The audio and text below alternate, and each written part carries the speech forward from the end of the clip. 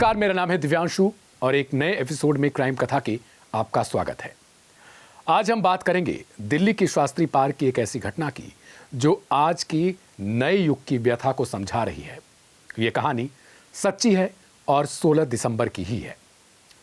इस घटना में एक पति अपनी पत्नी को एक प्रेमी के साथ उसकी बाहों में देखता है और वो आपत्तिजनक स्थिति में होते हैं। इसे देखने के बाद वो इतना आग बबूला हो जाता है कि वो उस दौरान अपना आपा खो बैठता है और वो क्या कुछ करता है। वो घटना बेहद दुर्दांत तरीके से घटती है। इसमें प्रेमी की न सिर्फ जान जाती है बल्कि उसकी बीवी गंभीर रूप से घायल हो जाती है, जिसे अस्पताल में भर्ती करवाया गया है। वहाँ उसका इलाज चल रहा है। जो घटना 16 दिसंबर को शास्त्री पार्क के समीप एक इलाके में घटी है, उसकी कहानी बहुत दिनों पहले ही लिखी जा चुकी थी। आजकल शादी के बाद अक्सर लोग एक्स्ट्रा मैरिटल अफेयर रखते हैं और ये नया प्रचलन भी हो चुका है। इसे कहा जाता है कि एंजॉय करते हैं लोग लाइफ को। बहुत सारी चीज़ें समय के हिसाब से नई नई तरीके से ढलती जा रही हैं और ये धीरे धीरे आम तौर पर आम होता जा रहा है।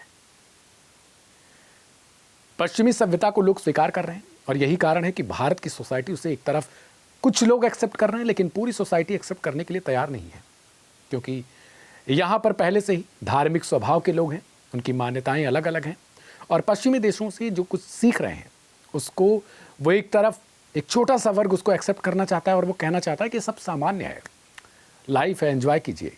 लेकिन बाकी पूरा समाज इस चीज़ से बिल्कुल अपने को काट रहा है। शास्त्री पार्क के समीप एक इलाके में ऐसी ही घटना हुई जहाँ पर शादी के बावजूद एक औरत है, एक स्त्री है, जिसका 21 साल के एक लड़के से अवैध संबंध है। पति को पहले से आशंका थी। वो हर बार कड़ी नज़र रखने की कोशिश करता था और सोचता था कि किसी तरीके से उसकी पत्नी ऐसे चक्करों में ना पड़े। उसने इसकी शिकायत अपनी सासू माँ से, यानी कि उस अपनी पत्नी के माँ से की थी। इस युवक का नाम अजमत है, जो पति है। बहुत दिनों तक कहानी चलती रहती है। वो हर बार अपनी सास से बोलता है कि आपकी बेटी इस तरीके के काम करती है, उसको समझाइए वरना कभी कुछ हो जाएगा। लेकिन कहते हैं कि विधि विधान को कोई टाल नहीं सकता। जो लिखा है वो लिखा है और किसी की किस्मत को कोई पलट नहीं सकता। जिसके भाग्य में जो लिखा है उस घटना को घटना ही है और यह घटना 16 दिसंबर को किसी की जान ले जाती है। 16 दिसंबर की सुबह है और आमतौर पे लोग अपने काम धाम में लगे हैं। ये जिसकी मौत हुई है, 21 साल का वो लड़का है, अपनी माँ बाप का इकलौती संतान है। नाम है ऋतिक।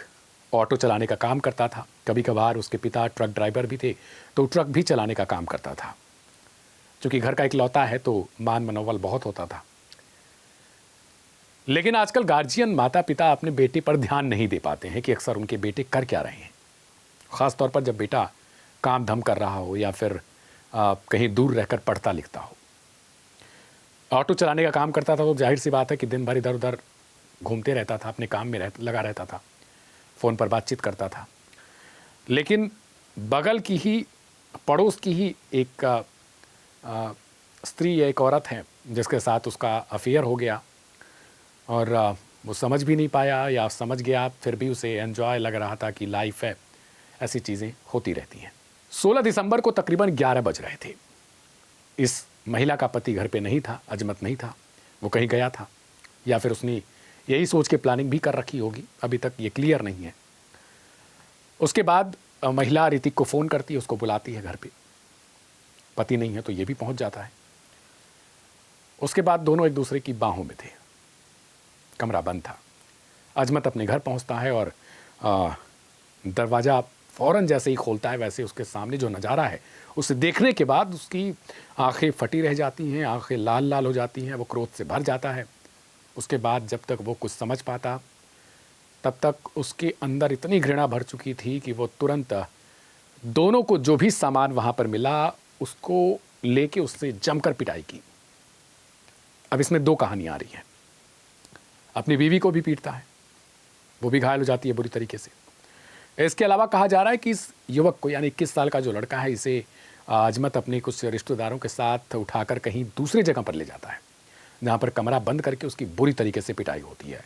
पिटाई का अंदाज़ा आप इस तरीके से लगाइए कि नाखून उखाड़े जाते हैं, बाल नोचे जाते हैं, शरीर पर हर जगह घाव के निशान हैं, हर जगह शरीर नीला पड़ा हुआ है, प्राइवेट पार्ट्स तक पे चोट लगे हैं, वहाँ पे भी पीटा गया है, रॉड से पीटा गया है, आरोप ऐसे भी हैं।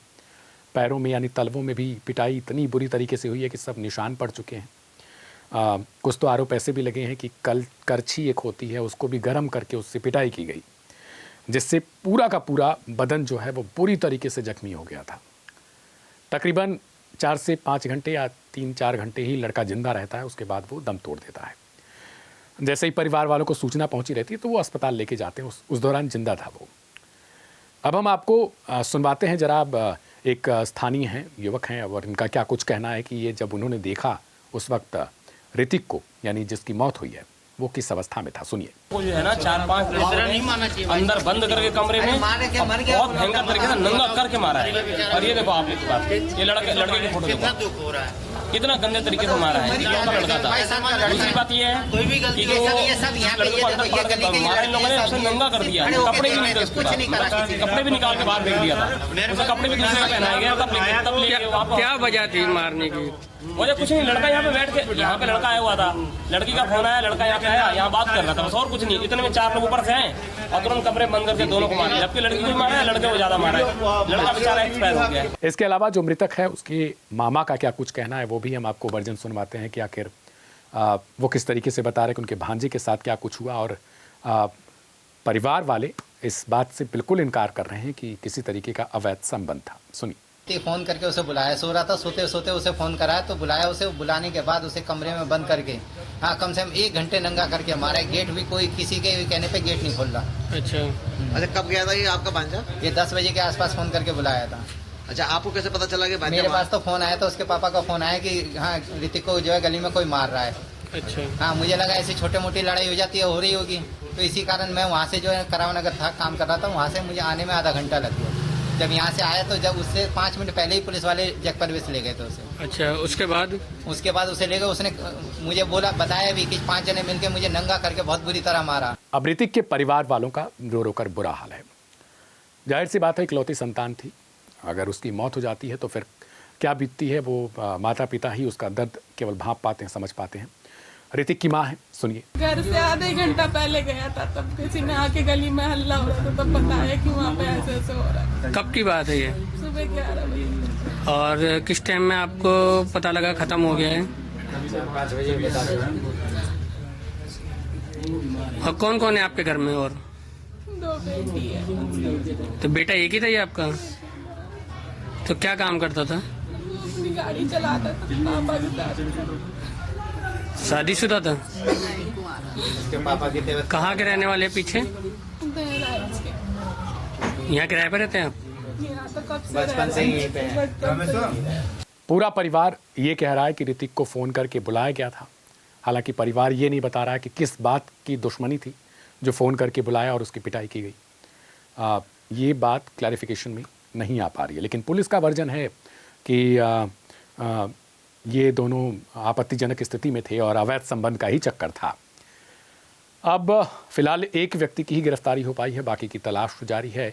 एक और स्थानीय युवक हैं, उनकी तरफ से क्या कुछ बताया जा रहा है वो भी आपको सुनवा देते हैं। तो वहाँ हॉस्पिटल में कंडीशन इसकी देखी, सारे नखून लेके खींचे हुए थे इसके दोनों हाथ के, और सर में फाड़ा हुआ बुरी तरह से, एक कोनी पे यहाँ पे नस काटी हुई थी, ब्लड सारा निकला हुआ था उसका, और कोई जगह ऐसी नहीं थी जहाँ इसको मारा ना हो। कच्ची गर्म कर करके तक मारा है, और राड से ये सब पैर सब तोड़े हुए सर इतना फटा हुआ उसका, सर पूरा शरीर में कोई अंग नहीं था जहाँ नीला ना हो, छपा ना हो, राड कच्ची किस किस से गर्म करके तक मारा गया। कौन थे मारने वाले, कुछ पता लगा? अब ये तो पता नहीं, बुला के लड़के को मारा है, कमरे में बंद करके 5 लड़के थे जिन्होंने मारा है, 5 लड़के थे। ये शादी के बाद के लफड़े बड़े ख़राब होते हैं।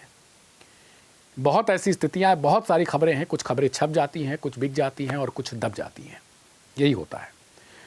लेकिन जो भारत की मूल परंपरा है उसे समझना बहुत ज़्यादा ज़रूरी है कि अगर आपकी शादी किसी के साथ हुई है तो फिर आपको वहाँ पर सच के साथ रहना चाहिए। ख़ासकर दोनों को, पति पत्नी दोनों को। रिश्ते एक बुनियाद पर टिके होते हैं और वो बुनियाद केवल सच्चाई की होती है। अगर वही सच्चाई किसी भी तरीके से जरा भी डगमगाती है तो फिर ना वो सच्चा इंसान बचता है, ना वो झूठ बोलने वाला इंसान बचता है, ना वो रिश्ते बचते हैं। तो इन ऐसे रिश्तों को बचाना चाहिए, ख़ासकर जब आप पति पत्नी जैसे रिश्ते में हो और जैसे 7 जन्मों का रिश्ता माना जाता है। लेकिन यहाँ कहानी कुछ और निकल गई। अब फ़िलहाल तो इस कहानी में क्या क्या अपडेट आएगा वो आने वाले समय में हम आपको बताएंगे। लेकिन इस स्टोरी को शेयर करके दूसरों के साथ ज़रूर उनकी भलाई करिएगा, क्योंकि थोड़ा लोग वेस्टर्न कंट्रीज़ वाले जो नए नए तौर तरीके हैं उनको भारतीय तौर तरीक़ों से ना जोड़ें। बाकी सब ठीक है, लेकिन ऐसी चीज़ें आपके और आपके सगे संबंधियों में बड़ी खटास पैदा करती हैं और फिर जब वो सुर्खियां और ख़बरों में छप जाती हैं तो बड़ी सारी चीज़ें घटनाएं एक साथ घटने लगती हैं। आपको ये कहानी कैसी लगी उसे कमेंट बॉक्स में ज़रूर ड्रॉप करें अपने नाम के साथ, और क्या ऐसे रिश्ते वाकई गलत हैं या सच हैं वो भी आप ज़रूर बताइएगा। मेरा नाम है दिव्यांशु। एक नई कहानी के साथ फिर से लौटेंगे, तब तक के लिए दीजिए इजाज़त। नमस्कार।